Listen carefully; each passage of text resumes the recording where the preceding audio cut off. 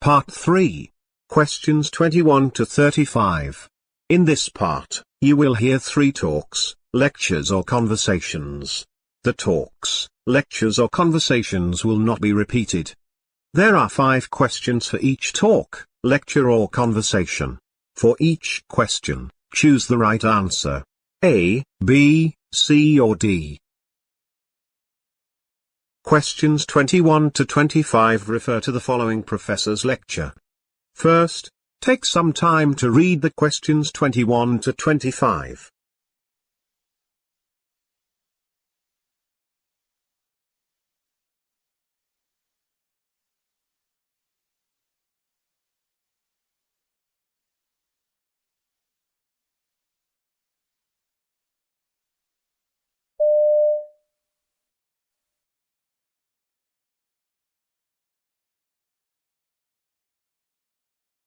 Can you believe Professor Kensington postponed the due date for the term paper this morning? It's unbelievable. Yeah, it was crazy. I've been spending days and nights in the computer lab writing up that paper. I only did that because he kept on emphasizing that he won't take any paper that's not in his office by noon today. I heard that too. Jessica and I stayed up half the night trying to finish it. I think it was 3 o'clock in the morning when we finally had the 3rd draft. I barely had any sleep. You had Jessica to help you? At least you had someone to proofread your paper and help you with the research. It was a nightmare for me.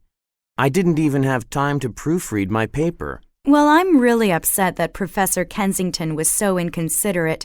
Don't you agree? I guess it was a hasty change, but I think he did it for us students. You really didn't get enough sleep, did you? You're not thinking straight. I can't possibly see how I can understand his hasty decision that way. Well, as much as I'm unhappy with his last-minute decision, I think he did it so that we could have one more chance to look over our work before turning it in.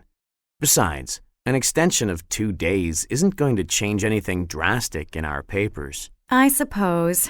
Still, I would have had more time to study for the calculus exam, which was today, if I hadn't had to spend so much time and energy on that paper.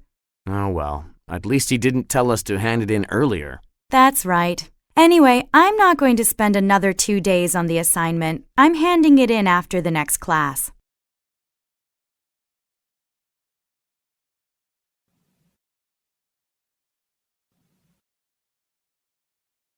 Questions 26 to 30 refer to the following conversation. First, take some time to read the questions 26 to 30.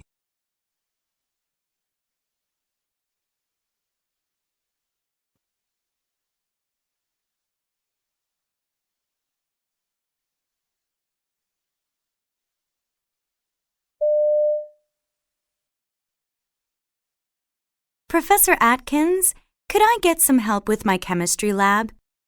Certainly, Julie. What's the problem? Are you having trouble understanding some of the experiments? Oh no, I understand the experiment. Perhaps I only think that I understand it. What do you mean? Do you or don't you? Well, I tried the latest experiment by myself based on what I understood from your lectures and lab session, but I seem to come up with really different results from what the textbook indicates I should be getting.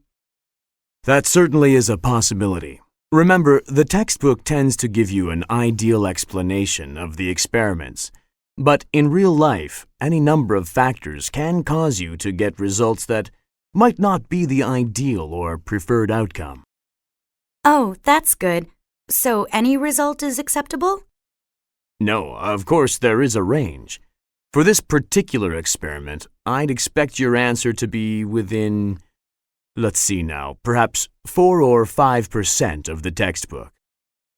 Really? My answer was nearly 10% off. Wouldn't that be all right? I'm sorry, but that would be a problem. If your answer were that far from the proper answer, and say that even if you could explain the difference, I would have to lower your grade significantly. I see. All right. I guess I'm going to have to redo it. I want to do well in your class and can't afford to get a bad grade. Very good. But you'll have to hurry. The lab is due Friday, and I won't be giving any extensions. Oh, I was hoping... Yes? Oh, it's nothing. Well, could you please sign a permission slip for me to use the lab after hours? I only have time during late evenings this weekend. Sure. I'll do that for you right now. Here you go. And a tip. Before you start the experiment, wipe the test tubes with alcohol. There might be unwanted residue inside that might be affecting the result.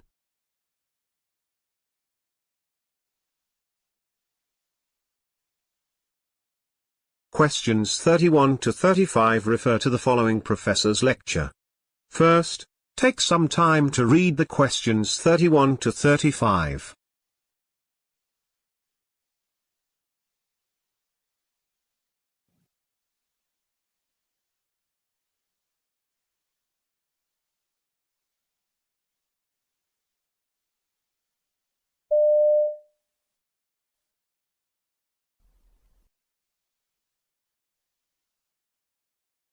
We'll be looking into the largest state in America, Alaska. If you look at the location of Alaska on the map, you can see that it is bordered by Canada on the east, the Arctic Ocean on the north, the Bering Strait and Bering Sea to the east, and the Gulf of Alaska. Wait a minute. Sorry about that. To the west, and the Gulf of Alaska to the south. And as you can see on the map, Alaska has a greater land area than California and Texas combined.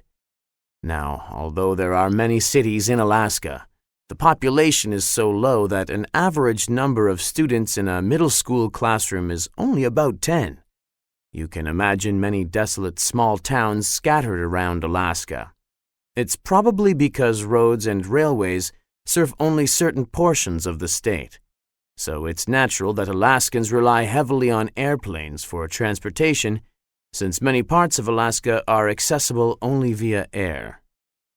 Well, of course, there is a railway operating between Fairbanks, a relatively big city in central Alaska, and Seward, a city on the southern coast. It is much more popular than the only major highway in Alaska, the Alaska Highway, which is open throughout the year. Not that there's much traffic. One does not need to venture far to understand the reason for its sparse population.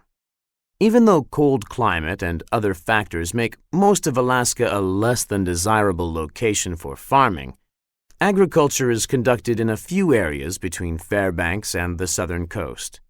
Most of the food Alaskans need, however, must be imported from outside the state. Also, Alaska is subject to strong earthquakes and occasional volcanic activity. Your textbook describes the explosion of the Alaskan volcano Mount Katmai in the early 20th century as one of the most famous and violent volcanic eruptions in history. I strongly suggest you read up on that chapter, as we'll be touching on some of that the next time. Anyway, where was I? Oh yes, earthquakes. These occasional earthquakes generate seismic sea waves called tsunamis. As you may have heard, these waves can reach far inland and destroy communities along the shore. It wasn't much different from the terrible tsunami of 2004.